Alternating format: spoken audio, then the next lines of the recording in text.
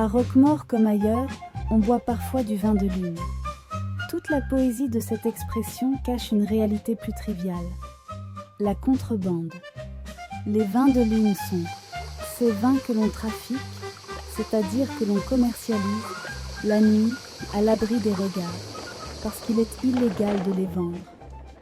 À Roquemaure, les vins étrangers sont interdits dans la ville et sur son territoire, depuis très longtemps, peut-être depuis le Moyen-Âge. En 1646, un arrêt du Conseil du roi entérine une délibération du Conseil qui venait de réitérer cet interdit tombé en désuétude pendant les guerres de religion.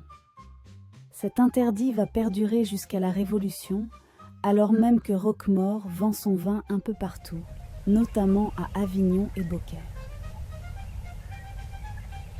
Quand ces deux villes décident de se fermer au vin de Roquemaure, dans la cité royale roquemauroise en s'émeut, on s'offusque, on sonne le branle-bas de combat pour faire retirer cet interdit, on en appelle au roi qui vient épauler sa ville fluviale et force l'ouverture de ses marchés.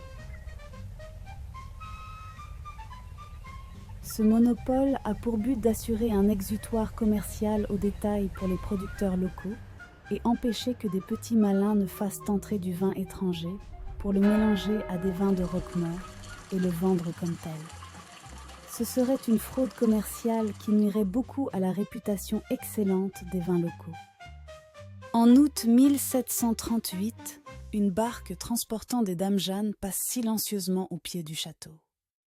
Sur cette affaire de contrebande de vin depuis le Comtat, le Conseil convoque un des mis en cause pour l'interroger. Hier au soir, sur les 10h30, avez-vous abordé le bord du Rhône avec un bateau chargé de plusieurs dames Jeanne?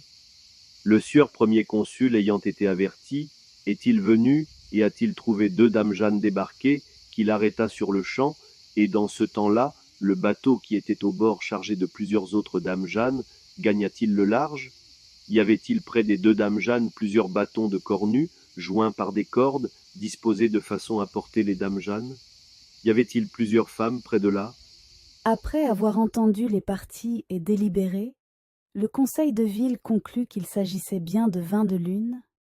Il distribue en conséquence les amendes et déclare que le vin sera brûlé sur la place publique, mais qu'une partie ira aux pauvres malades de l'hôpital.